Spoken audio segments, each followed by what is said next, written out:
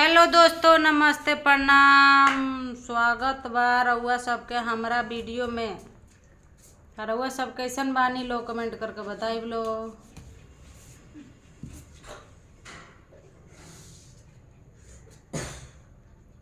बारिश आवता। हमारा जनुआ के मुंह सूख के झुरा गइल बा।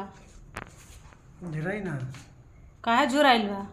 ड्यूटी पे का होता नहीं ना, झूठ बोलता है, कर मुंह कुछ और खातिर झुराइल बा, हमरा पता बा।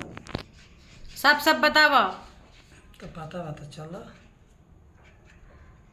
देखी लो, लेके खेलता भेड़ा, कहता दिने में चल खियावा हमरा के पेड़ा। यही खातिर अगर मुंह झुराइल बा। ये हन बात। चलो ना पेड़ा खइबा? चल ना। मुंह देख लो, बड़ा दाढ़ी बढ़ के बोका खनी हो गई। बढ़ल दाढ़ी गड़ेला ना गाड़ी। चलो कहाँ गड़ा था? गड़ा तक खड़े हाय ई नाइटी है।